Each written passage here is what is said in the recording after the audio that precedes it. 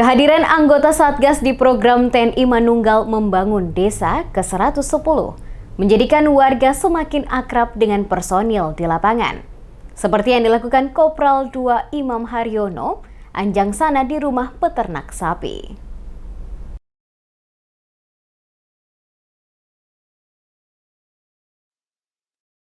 Di sela-sela waktu istirahat kegiatan TMMD, Kopral II Imam Haryono lakukan Anjang Sana ke rumah Sumijan. Anjang Sana ini dimaksud untuk menjalin silaturahmi dan lebih mengakrabkan diri dengan warga. Dalam kunjungannya, Kopral II Imam Haryono juga berniat belajar mengenai bagaimana cara merawat hewan ternak sapi. Sudah sangat lama, ia ingin merawat sapi. Dengan belajar kepada Haryanto, setidaknya membuka wawasan tentang cara merawat sapi yang baik. Kesini untuk belajar ternak sapi, Pak. Soalnya saya dari dulu pengen belajar ternak sapi. Soalnya di rumah kan belum pernah punya.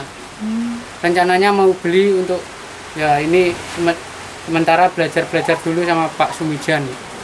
Gimana caranya penggemukan sapi, berapa bulan menghasilkan sapi yang sudah gemuk.